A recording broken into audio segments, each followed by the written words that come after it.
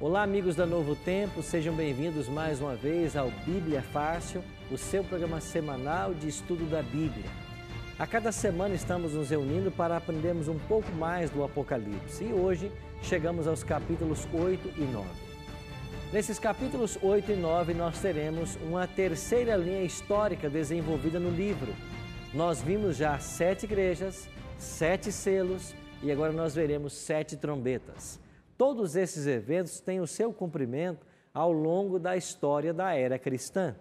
E hoje vamos estudar então a respeito das 7 trombetas. Em que momento da história elas foram tocadas? O que significa o toque de uma trombeta na Bíblia? E quais trombetas ainda faltam ser tocadas? São perguntas que hoje nós iremos responder. Mas nós nunca começamos o nosso programa sem antes fazer uma oração. Eu queria convidar você a nós orarmos, pedindo uma bênção de Deus pelo estudo. Pai Santo, obrigado por estarmos reunidos mais uma vez. Queremos suplicar a companhia do Teu Espírito para que nós entendamos a Tua vontade para a nossa vida. Esteja com todos nós agora e com os nossos amigos que estão em casa sintonizados. É a nossa oração. Em nome de Jesus. Amém. Bom, vamos olhar nossos olhos então para os capítulos 8, 9 e 11 e descobrimos essa terceira linha histórica que será desenvolvida no livro. Um detalhe interessante sobre esse tema é que as linguagens e as imagens usadas são complexas e as implicações, elas envolvem vários eventos históricos ao longo da era cristã. Então vamos primeiro entender de que se trata o toque da trombeta. Abra sua Bíblia em Apocalipse, capítulo 8, e dê comigo uma olhada no versículo 7. Apocalipse, capítulo 8 e o verso 7. O texto diz assim: o primeiro anjo tocou a trombeta, e houve saraiva e fogo de mistura com sangue, e foram atirados à terra. Foi então queimada a terça parte da terra e das árvores, e também toda a erva verde. Quando é tocada a primeira trombeta, o que isso significa? Bom, primeiro temos que olhar e perguntar na Bíblia o que significava o toque de uma trombeta. Você se lembra que quando o povo de Israel saía à batalha, sempre iam trombetas junto com o exército? Você se lembra no dia em que caiu a cidade de Jericó, por exemplo, as trombetas foram tocadas e os muros caíram? Então, a trombeta na Bíblia, ela está associada a temas bélicos, momentos de guerra. Ela era usada para o combate. Também era tocada no dia da expiação, por exemplo, ou quando as festas religiosas se aproximavam. E nesse contexto, a trombeta servia para ajuntar, um ajuntamento solene do povo para as festas religiosas. Nós iremos ver de que as trombetas no Apocalipse, elas têm a ver com movimentos bélicos, com guerras que aconteceram ao longo da história, também envolvendo o povo de Deus. No toque dessa primeira trombeta, foi dito que saraiva de fogo misturada com sangue foram atiradas à terra. Qual é esse primeiro toque de trombeta? Alguns veem no toque das trombetas o cumprimento de juízos divinos, que se abateram sobre Jerusalém, sobre aqueles que tiveram o privilégio de ser o povo da aliança, mas rejeitaram o Messias e se opuseram ao Evangelho. Você está lembrado de um texto na Palavra de Deus, quando é dito assim, que Cristo veio para os que era seu e os seus não o receberam? Quando os judeus rejeitam a Cristo como Messias, o juízo veio sobre a nação por causa dessa rejeição. E esse juízo aconteceu no toque da primeira trombeta. Alguns estudiosos veem nesse primeiro toque as cenas da destruição de Jerusalém no ano 70. O imperador romano Tito foi quem invadiu Jerusalém naquele ano e destruiu a cidade e o templo de Salomão. Flávio Joséfo, que é um historiador do primeiro século, ele diz que morreram tantos judeus que nas escadarias do templo o sangue parecia uma correnteza de água. Tantos que foram mortos no ano 70. Então, o toque da primeira trombeta seria uma referência aos juízos sobre Jerusalém no ano 70 de nossa era. Em seguida, vemos um toque de uma segunda trombeta, versículos 8 e 9. O segundo anjo tocou a trombeta e uma como que grande montanha, ardendo em chamas, foi atirada ao mar, cuja terça parte se tornou em sangue, e morreu a terça parte da criação que tinha vida existente no mar, e foi destruída a terça parte das embarcações. A segunda trombeta nos remete à queda de Roma, que caiu devido às invasões de tribos bárbaras que finalmente provocaram a queda do Império Romano do Ocidente. De fato, depois do ano 70, quando Jerusalém foi destruída, Roma imperial passou a ser vista como a nova Babilônia, porque como aquela do passado, havia destruído o templo dos judeus e a cidade de Jerusalém. Vocês estão lembrados que Rômulo Augusto foi o último imperador romano? Quando cai o Império Romano do Ocidente, em 476, nós temos nessa queda o toque da segunda trombeta. E por que cai o Império Romano? Porque foi o Império Romano que se opôs aos seguidores de Cristo. Com isso, a gente está entendendo de que as trombetas são juízos divinos contra os opressores do povo de Deus. No ano 70, os judeus levaram Cristo à cruz e oprimiram seus seguidores. Veio a destruição de Jerusalém. Depois, os Césares continuaram a perseguição aos cristãos. Veio a queda do Império Romano. Então, o toque da trombeta é uma sentença, um juízo divino contra os inimigos do povo de Deus.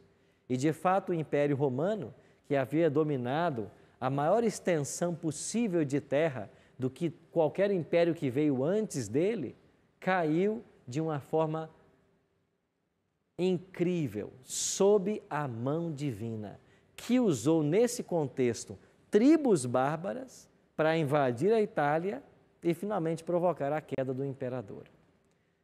Quando cai Roma, qual é o outro império mundial que veio a dominar? Você não tem nenhum império mundial após Roma.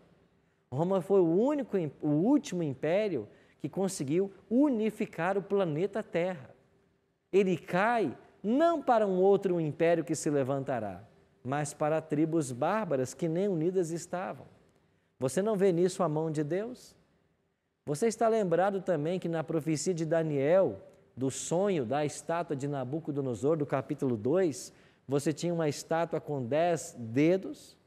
Esses 10 dedos simbolizavam as 10 tribos que viriam para destruir o Império Romano, representado pelas pernas de ferro da estátua. Assim, o levantar e o quedar dos impérios tem a ver com a ação divina na história. E quando hoje a gente ouve falar dessas potências mundiais, do G20 e outros mais, estas nações, elas estão aí liderando o nosso planeta, mas claro que com a permissão divina. E nada acontece nesse planeta sem que Deus permita.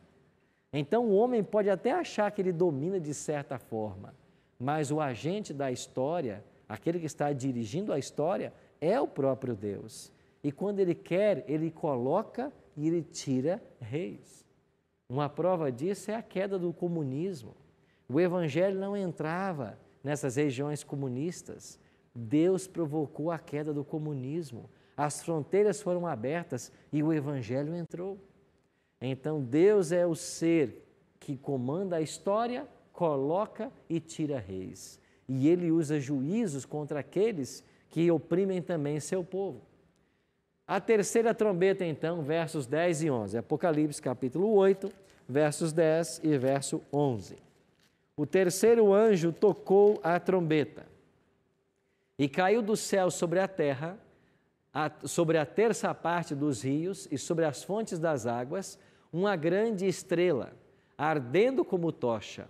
O nome da estrela é Absinto, e a terça parte das águas se tornou em absinto.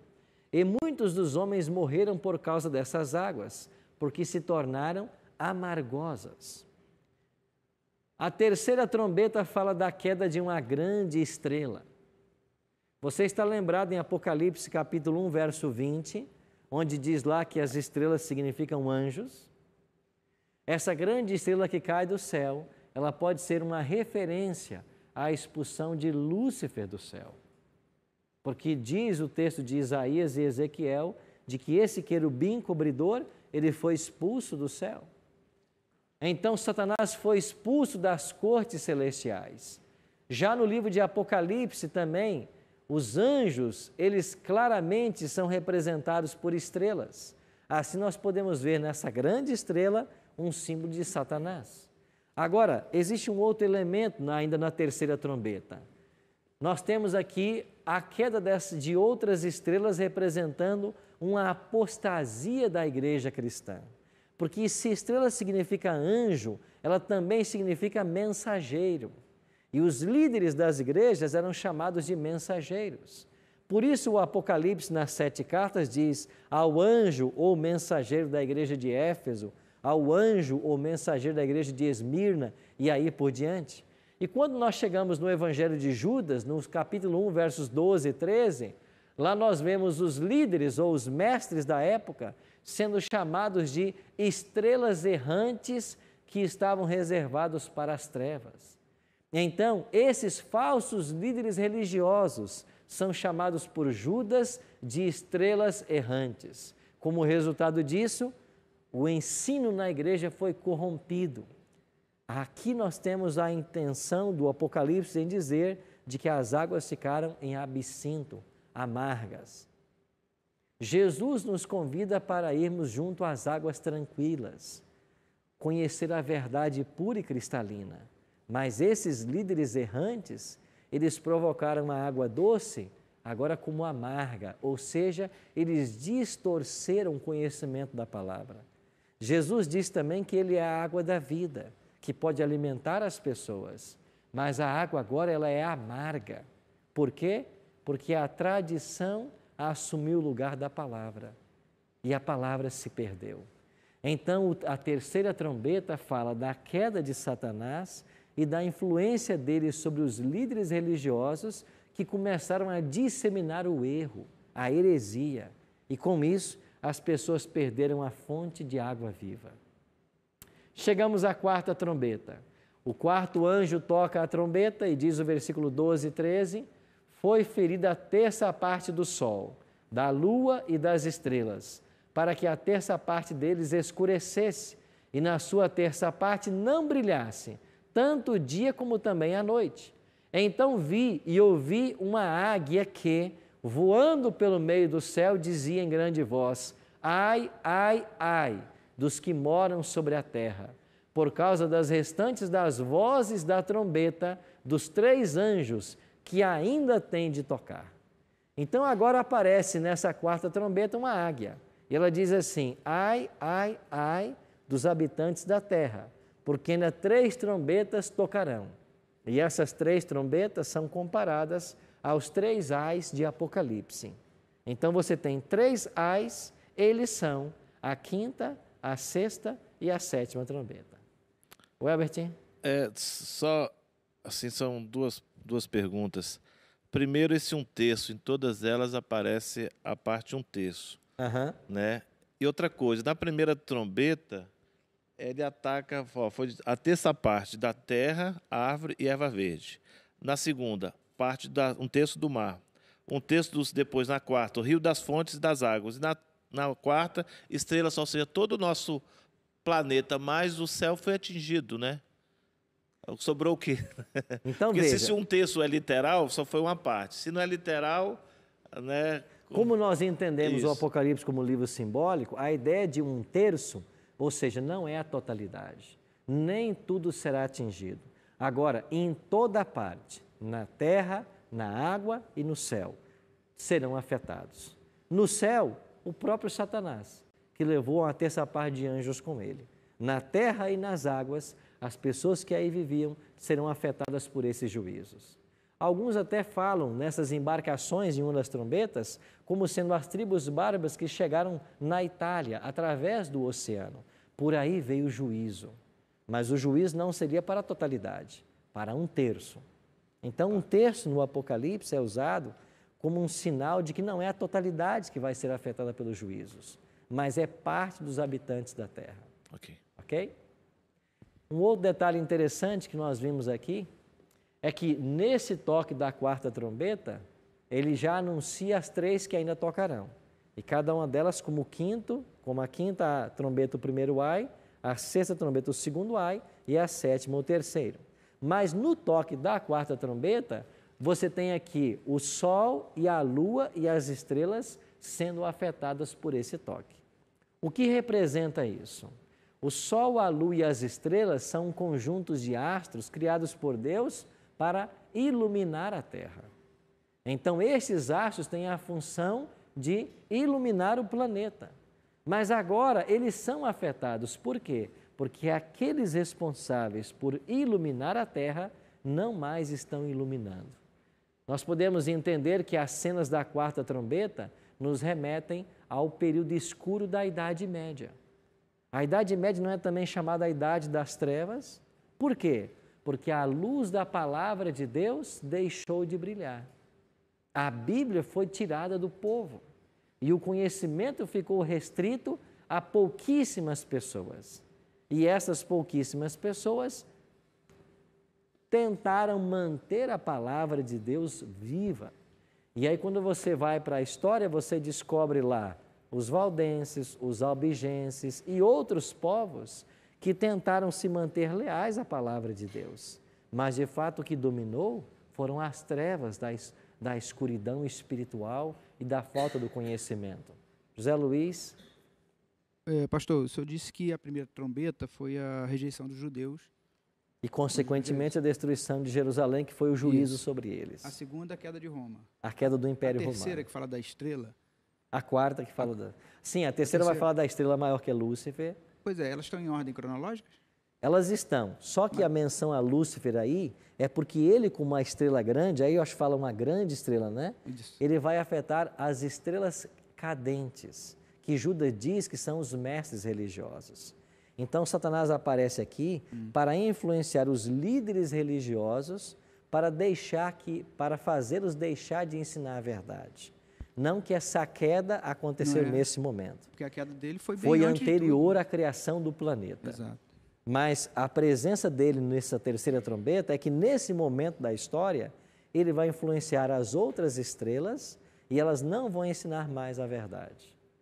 Okay. Como consequência, chegamos à 4ª trombeta, um período de escuridão, trevas espirituais. Existe um documentário produzido, não me lembro agora se foi pela BBC de Londres, eu acho que foi a BBC de Londres, chamado Nostradamus. Ela produziu uma série de vídeos, né? E Nostradamus é um deles. E Nostradamus, esse documentário, fala justamente do Nostradamus, né? Que escreveu até um livro sobre profecias, e ele viveu justamente nesse momento da Idade Média. Inclusive, ele foi condenado pela Inquisição, salvo por um parente que ele tinha muito influente, mas ele viveu dentro de um período onde o que dominava era a superstição. E lá fica muito claro isso nesse documentário. Os historiadores chamam a Idade Média da Idade das Trevas, a Era das Trevas, porque a palavra de Deus quase que se extinguiu. E ela se manteve porque nem toda a terra foi atingida, mas uma terça parte. Cai? Quais os sinais que nós teremos quando Jesus voltar? Os sinais da volta dele? Os sinais que teremos. Nós vamos estudar uma lição só sobre a volta de Jesus e nós vamos aprender que nós teremos sinais no sol, na lua, nas estrelas, sinais políticos, sinais sociais e sinais religiosos. Toda a sociedade vai ser afetada por esses sinais e vai ficar muito claro o momento da volta dele. Mas eu vou voltar a esse tema ainda, ok? Quais são as últimas 3 trombetas? A 5ª é chamada também de primeiro ai. E aqui no versículo 12 diz, o primeiro ai passou, e eis que depois dessas coisas vem ainda 2 ais. Então o verso 12 é a conclusão da 5ª trombeta. Então a 5ª trombeta é o primeiro ai. Então vamos à 5ª trombeta, verso 1, capítulo 9, 1. O quinto anjo tocou a trombeta e viu uma estrela caída do céu na terra e lhe foi dada a chave do poço do abismo. A palavra abismo é usada no Apocalipse também para a terra, o planeta. Quem é essa estrela que surge agora? Segundo a tradição, Maomé afirmou ter recebido a visita do anjo Gabriel e que lhe trouxeram uma mensagem do céu. Uma dessas mensagens é que Jesus não era o Filho de Deus, mas apenas um profeta. A profecia indicava que Maomé tinha sobre si o anjo do abismo, chamado de Apolion no Apocalipse. Também sabemos que Satanás pode se transformar em anjo de luz. Então, alguns veem no toque da terceira trombeta, que é o primeiro ai, o surgimento do islamismo, aparecendo então o profeta Maomé, que, segundo a tradição, ele entende que Jesus não é o Deus ou o Filho de Deus, mas é apenas mais um profeta. E, de fato, eles consideram Cristo nessa linhagem de profetas, do qual Maomé torna-se o principal. Então, alguns veem no toque dessa quinta trombeta o surgimento do islamismo. Nós iremos para um breve intervalo e, quando voltarmos, vamos dar continuidade ao assunto das trombetas. Não saia daí, voltamos em instantes.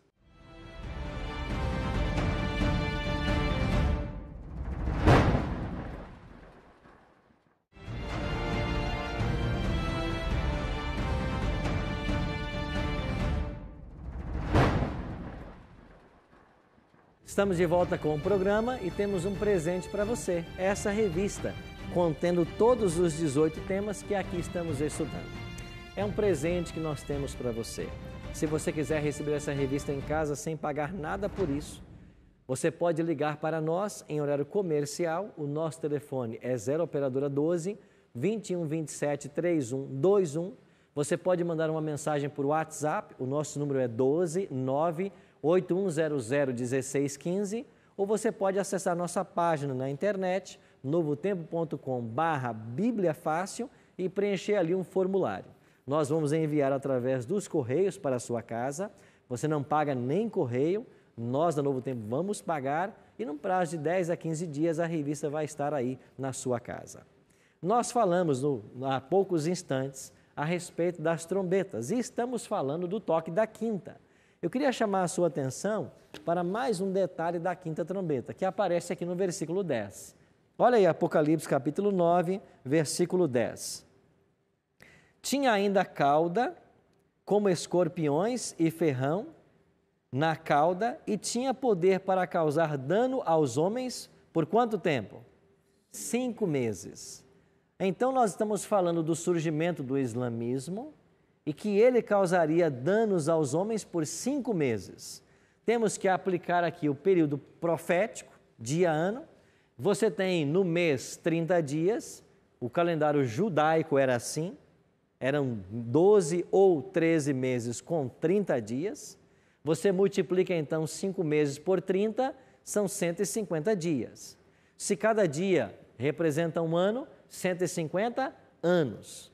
Quando é que se cumpre esse período na história? Antes, porém, Eduardo? O senhor está falando da criação da religião muçulmana, e eu gostaria de saber do senhor, parece que no Alcorão, ele consta lá que, ou agora nos próximos tempos, ou a pessoa se converte à religião muçulmana por bem ou pela espada. E isso parece estar no Alcorão. Né? Eu não sei dizer para o senhor com certeza se está. O que a gente já percebeu é que alguns ensinos do Alcorão são parecidos com a Bíblia. Você tem alguns ensinos do Alcorão que estão de acordo com aquilo que a Bíblia também ensina. Agora, esse movimento, quando surgiu, e nós estamos falando aí mais ou menos do 6º para o 7º século, foi quando Maomé teria recebido suas visões e depois se torna o grande profeta desse movimento, ele vai perseguir, de certa forma, aos cristãos. Talvez essa espada teria uma aplicação nesse sentido. E quando chegamos ao ano 1299, até o ano 1499, período este de 150 anos, este aqui é o ápice desses movimentos de perseguição. Então, nós datamos na profecia de 1299 a 1449. Por que essas datas? Porque em 27 de julho de 1299, Otman, ele vai fundar o Império Otomano. E durante esse tempo, os muçulmanos investiram contra a Grécia, mas não tiveram grandes resultados. Contando 150 anos a partir de 1299, nós chegamos exatamente a 27 de julho de 1499. Nesta data, os muçulmanos venceram a Grécia e tiveram domínio no oriente da Europa. Isso impediu a passagem dos europeus para o oriente e favoreceu também a descoberta da América. Você percebe como exatamente 150 anos da profecia se encaixam na história? Agora nós vamos emendar, completar com a sexta trombeta, e você guarde essa data, 27 de julho de 1449, porque nós vamos voltar a ela. O que diz a sexta trombeta? Versículos 13 a 15. O sexto anjo tocou a trombeta e ouvi uma voz procedente dos 4 ângulos do altar de ouro, que se encontra na presença de Deus, dizendo ao sexto anjo, o mesmo que tem a trombeta, solta os 4 anjos que se encontram atados junto ao grande rio Eufrates. Foram então soltos os 4 anjos que se achavam preparados para a hora, o dia, o mês e o ano, para que matassem a terça parte dos homens. Mais uma vez volta aqui a expressão terça parte. Agora aparece um novo período profético. Qual é ele? O dia, a hora, o mês e o ano. Vamos fazer essa conversão da nossa tabela profética? O que significa literalmente hora, dia, mês e ano? Uma hora, mais ou menos 15 dias. Um dia, igual a um ano. Um mês, 30 dias ou 30 anos. E um ano, igual a 365 dias ou 365 anos. Se nós somarmos essa expressão hora, mês, dia e ano, aplicando o princípio profético dia-ano, nós chegamos a 391 anos e 15 dias. Este é o período profético. A partir de quando? A partir de 1449, quando aconteceu o toque da quinta trombeta. Se nós pegarmos agora de 27 de julho de 1449 e viajarmos 315 anos e 15 dias para frente, nós vamos chegar ao dia 11 de agosto de 1840. E o que aconteceu em 11 de agosto de 1840? A queda do Império Otomano. Você percebe como a profecia caminha aliada à história? Então, o Império Otomano, que surgiu lá no século XIII, ele vai cair aqui, no século XIX. E ele cai 315 anos e 15 dias, deixa eu conferir esse período aqui, melhor, 391 anos e 15 dias após a fundação do Império. Isso nos conduz a 11 de agosto de 1840. Aqui nós temos mais uma data profética. A Bíblia já apontava a queda do Império Otomano nesse momento. E a queda do Império foi para 4 potências cristãs da Europa. Um outro detalhe interessante. Houve um homem chamado Josias Litt, que viveu nesse período, e ele, estudando as profecias de Daniel e Apocalipse, com outro amigo dele chamado Guilherme Miller, que nós iremos ver na semana que vem sobre ele, ele concluiu de que o segundo advento de Cristo, que eles estavam pregando, só poderia ocorrer após o toque dessas trombetas. E que Apocalipse 9 estava predizendo a queda do Império Otomano, que nos seus cálculos seria no ano de 1840 e no mês de agosto. Ou seja, ele, estudando as profecias, chegou ao ano e ao mês. Ele só não disse que era dia 11. E a história depois veio a confirmar que foi no 11º dia daquele mês. Quando se estuda a profecia, a gente entende como que Deus caminha com o seu povo ao longo da história e como que Ele coloca e tira reis para seus propósitos. Pois bem, a 6ª trombeta é também chamada o 2º ai. Agora falta apenas a 7ª, que é o 3º ai. O que diz o Apocalipse sobre ela?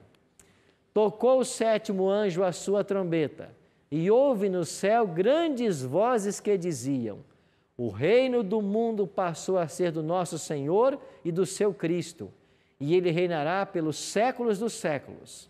E os 24 anciãos, que estão assentados em seus tronos diante de Deus, prostraram-se sobre os seus rostos e adoraram a Deus, dizendo: graças te damos, Senhor Deus Todo-Poderoso, que és, que eras, porque tens tomado o teu grande poder e começastes a reinar.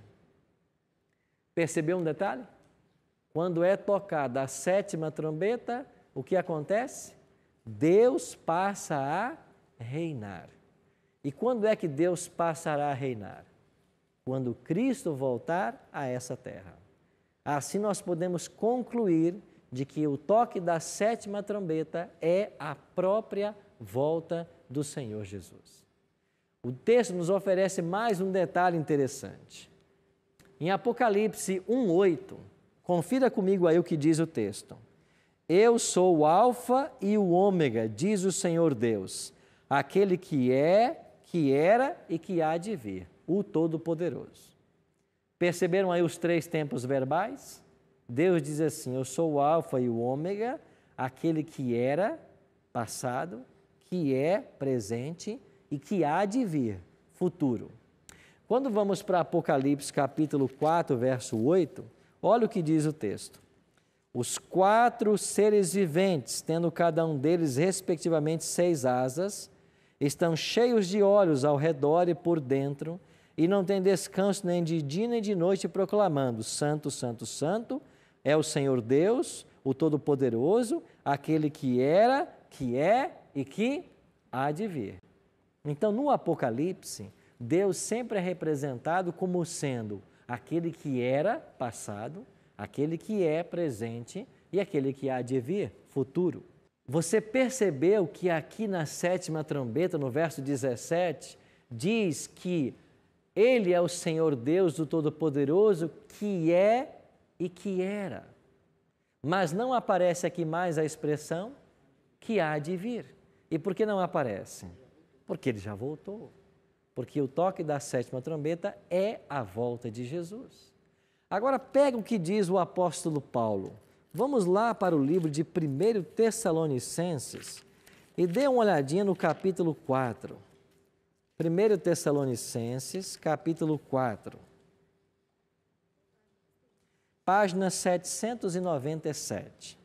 Página 797 da Bíblia que estamos usando aqui. Acompanhe comigo agora o raciocínio do apóstolo Paulo em 1 Tessalonicenses, capítulo 4, verso 16 em diante. Paulo diz assim: porquanto o Senhor mesmo, dada a sua palavra de ordem, ouvida a voz do arcanjo e o quê? Ressoada a trombeta de Deus. Ele fará o quê? Descerá dos céus. Quando é que Cristo vai descer dos céus? Quando a trombeta for tocada.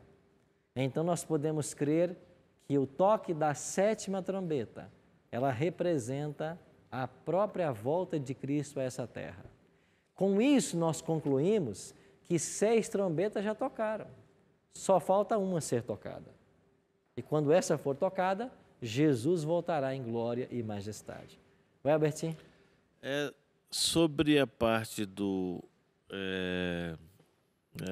o muçulmano, o otomano, voltando lá para trás em filho de Abraão, porque eles também adoram Abraão, qual a referência, ou se a Bíblia faz alguma referência entre esse movimento e o primeiro filho de Abraão, Ismael? Você tem de fato a origem desse povo lá em Abraão, porque ele teve Ismael por intenção própria, né, por vontade humana, com a serva, e depois ele vai ter o filho da promessa, que é Isaac. E de fato é a descendência de Ismael que você vai ter essa multidão de gente que vai acabar se tornando inimigo do povo de Deus. Então esses dois povos vão caminhar em toda a história da Bíblia, um sempre pelejando contra o outro. E de fato isso foi profetizado, né? De que seria assim. Duas grandes nações. E quando é que isso vai terminar? Apenas no toque da 7ª trombeta.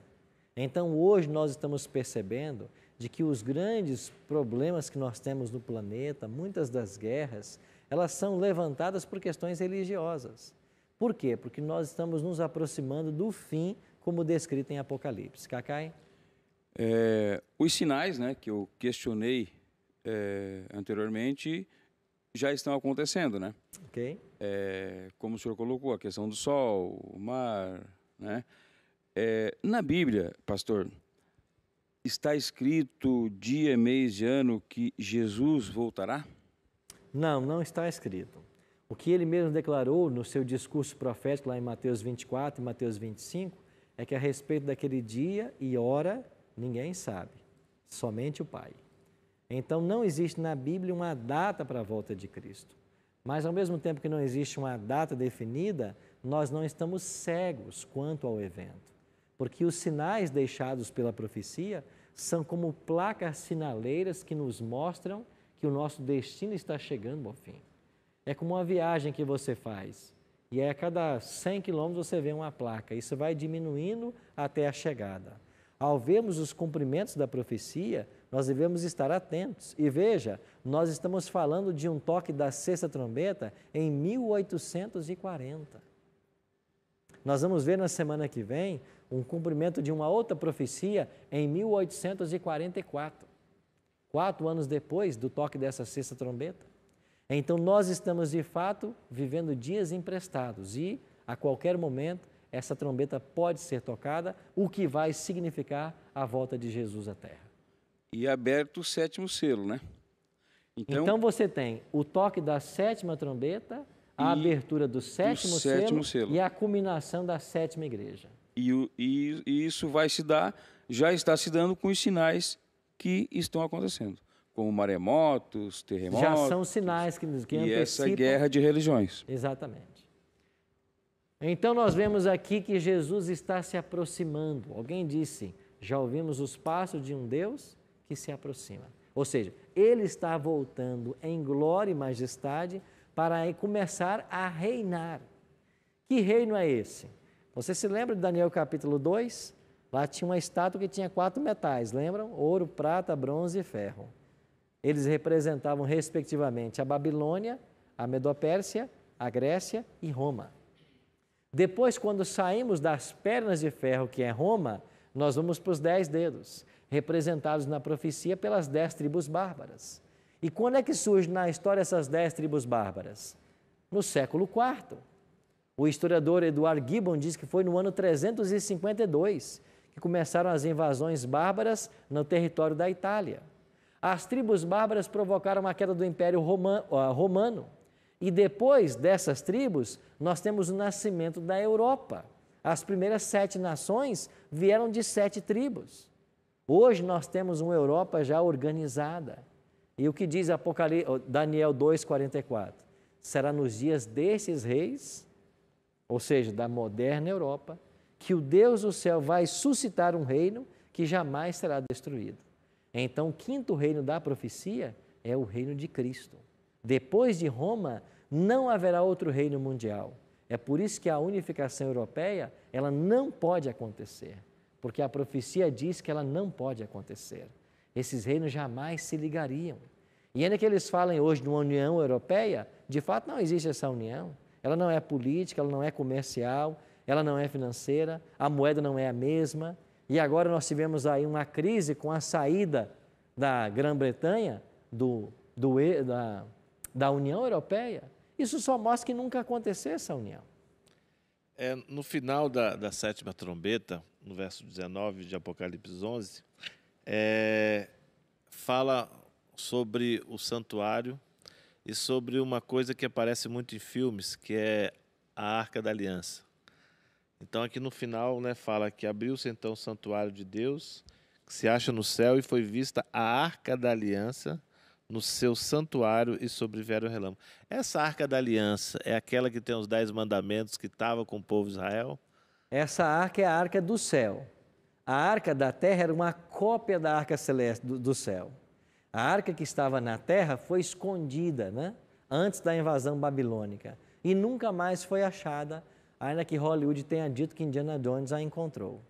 Então, esta arca está perdida. E dentro da arca estão as 2 tábuas contendo os 10 mandamentos. Se ela for encontrada, será, quem sabe, o maior achado da arqueologia. Mas nós não temos nenhuma prova, nenhuma profecia sobre esse achado. O que sabemos é que ela está perdida. Tiago? Pastor, só em relação à quinta trombeta, aqui no capítulo 9, no versículo 10, ele diz que tinha ainda cauda como escorpiões e ferrão na cauda, tinham poder para causar dano aos homens por 5 meses. Né? Eu só queria entender a relação dessa simbologia com o surgimento do islamismo. Você vai perceber que aqui vai usar um símbolo de escorpiões. Aqui tem um outro detalhe interessante, além do escorpião, no versículo 7, vai aparecer a expressão gafanhotos, também viu aí? No versículo 7, o aspecto dos gafanhotos era semelhante a cavalos preparados para a peleja, e na sua cabeça havia como coroas parecendo de ouro, e o seu rosto era como o rosto de homem. Alguns veem nesses gafanhotos, nesses escorpiões, nesses homens com coroas de ouro, um símbolo claro do movimento muçulmano e dos seus milhares de soldados que se envolveram nas cruzadas contra os cristãos. Então, por causa do surgimento na data profética de 1229, depois na queda de 1449, é que nós vamos assimilando a informação com a história. Daí a conclusão. O movimento, eles não aceitam Cristo como o Salvador. Ele é apenas tido como um grande profeta, junto com Abraão e outros mais. A palavra de Deus é substituída por um outro documento. Então, isso claramente mostra que é um movimento anticristão. Ainda que possa haver alguma coisa similar, mas a ideologia é completamente diferente. Vocês percebem, então, que nós estamos vivendo agora apenas aguardando o toque da última trombeta? E quando essa trombeta for tocada, Jesus voltará para quê? Para estabelecer o seu reino de glória. Paulo diz, né? Ressoada a trombeta de Deus, ele vai descer dos céus. Eu e você estamos diante do maior evento da história humana, a volta de Cristo. E o que nós precisamos hoje é fazer o devido preparo para receber a Cristo quando Ele voltar em glória e majestade. Nós vamos ter uma música agora, e enquanto tivermos essa música, eu queria convidar você a refletir. Se as trombetas foram tocadas ao longo da história, se foram juízos de Deus contra os inimigos do povo de Deus, no toque dessa sexta trombeta, os inimigos do povo de Deus também serão afetados. E de que forma eles serão afetados? Nós vimos aqui em Apocalipse capítulo 6, versos 14 em diante. Eles vão fugir e pedir aos montes e aos rochedos que caiam sobre eles. Ou seja, eles serão afetados por esse juízo da sétima trombeta. Então você vai ter apenas 2 tipos de reação. Os ímpios que estão sendo afetados pelo juízo, e eles vão fugir e pedir a morte, e do outro lado você tem um grupo de salvos, que estará pronto para receber a Jesus. E de acordo com o profeta Isaías, capítulo 25, eles dirão assim: eis que este é o nosso Deus, o qual aguardávamos, e Ele nos salvará. Na sua salvação, alegraremos e exultaremos. Eu e você só estaremos entre um desses grupos. Que grupo você vai escolher? Qual que você quer escolher? Estar entre os que vão pedir a morte e fugir da glória e da volta de Jesus? Ou estar entre aqueles que estão prontos e receberão a Ele em glória e majestade? E outro dia eu ouvi um professor ensinando uma coisa muito interessante. Sabe por que esses ímpios fogem tão desesperados da volta de Jesus? Sabe por que eles dizem assim, que ninguém pode suportar a glória da sua volta? É porque esse que volta sobre as nuvens não é um estranho para eles. Ele sabe de quem ele se trata. Eles ouviram falar muito dele. Eles estiveram até dentro de igrejas. Eles fizeram estudos bíblicos. Eles conhecem quem é esse Jesus. Mas, de fato, eles nunca se entregaram completamente. E esse é o problema. O coração sempre foi dividido. Sirvo ao Senhor, estou dentro de uma igreja, mas o coração não é inteiro do Senhor. E porque o coração não é inteiro do Senhor, o que domina é o homem. E eu volto então à expressão que Paulo usou. Melhor, que Jesus usou, né? Quer vir após mim? Negue-se a si mesmo. Cristianismo é renúncia, é negar-se a si mesmo, é não fazer o que você acha certo, o que é a sua vontade, é fazer o que a Bíblia diz ser certo e o que é a vontade de Deus. Render-se ao senhorio de Cristo não é fácil. Dizer que Ele é o meu Salvador pode ser simples, mas dizer que Ele é o meu Senhor, que agora Ele vai dominar a minha vida, os meus pensamentos, e tudo que eu fizer vai ser de acordo com a vontade dEle, isso não é fácil. Isso só pode acontecer pela habitação do Espírito em nossa vida. Por isso, enquanto ouviremos essa música agora, que vai falar sobre a volta de Jesus, eu queria que você se perguntasse: meu coração é inteiramente dele? Estou pronto para a sua vinda? Pense nisso agora.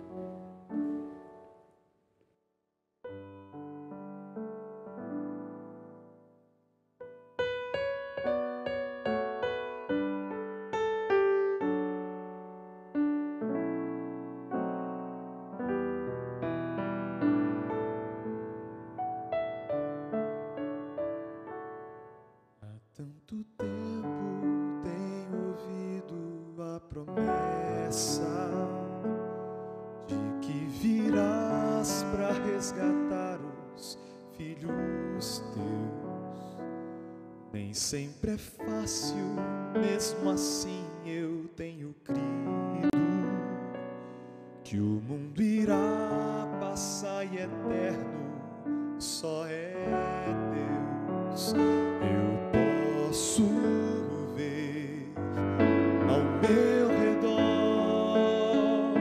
que o mal insiste em tomar meu coração. Mas tua mão me faz melhor para merecer o instante em que direi então: Senhor Jesus,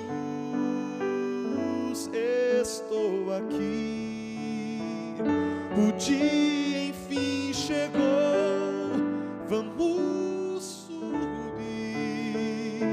Eu sempre quis olhar teu rosto, como agora me leva para o céu. Vamos subir.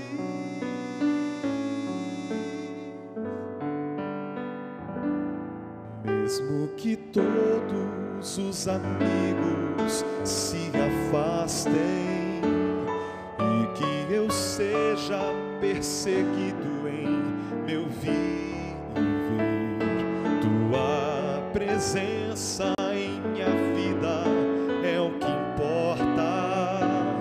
Tenho certeza de que não vou perecer. Eu posso ver ao meu redor que o mal insiste em tomar meu coração, mas tua mão me faz melhor para merecer o instante em que direi então: Senhor Jesus, estou aqui. O dia enfim chegou, vamos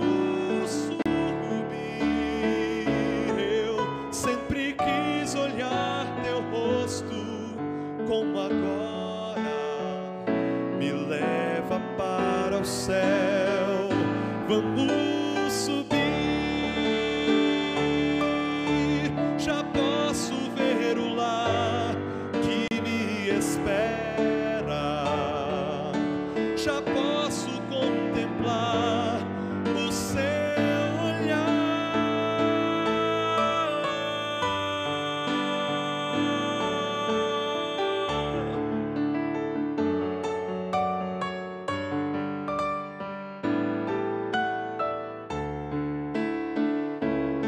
Eu sempre quis olhar teu rosto como agora. Me leva para o céu, vamos subir, Senhor Jesus, estou aqui. O dia enfim chegou, vamos subir. Eu sempre quis olhar teu rosto como agora. Me leva para o céu, vamos subir.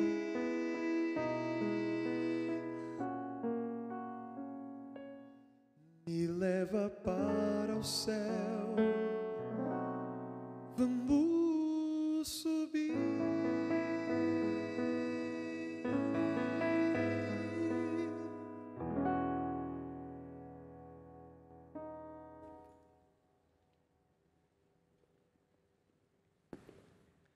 Não será maravilhoso pensar no dia que Jesus voltará a essa terra e todos os problemas que hoje nós vivenciamos, eles terão fim?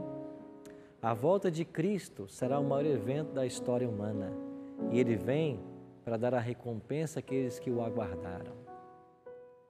Nós temos que pensar seriamente em nossa salvação e essa doutrina da volta de Cristo, ela é fundamental na palavra de Deus. Vocês perceberam que as 7 igrejas caminham para a volta de Jesus com Laodiceia. O 7º selo a se abrir aponta para a volta de Jesus. A 7ª trombeta a ser tocada também aponta para a volta de Jesus. Sabe o que significa? Toda a profecia caminha para a volta de Jesus. Você entende agora por que nós nos chamamos adventistas? Porque nós cremos no advento. Ele vai voltar. E se você não crê, não sabe nada da volta de Jesus, você está perdendo a essência do cristianismo, porque tudo que a religião trabalha é o preparo para o céu.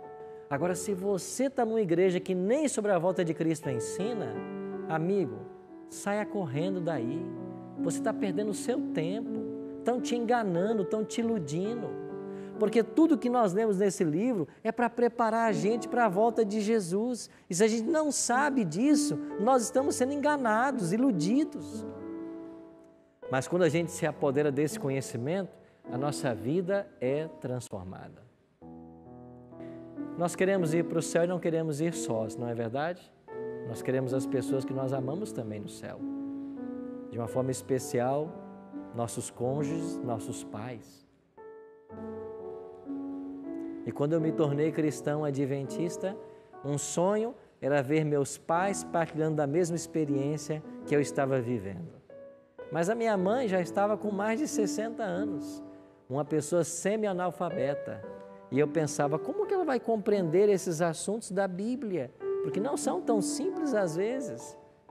E quando eu chegava da escola, eu entrava no quarto dela, enquanto ela dormia, eu estudava à noite, e eu me ajoelhava aos pés da cama dela e dizia, Senhor, eu não sei como o Senhor vai fazer, mas alcança a minha mãe, ajude de alguma forma.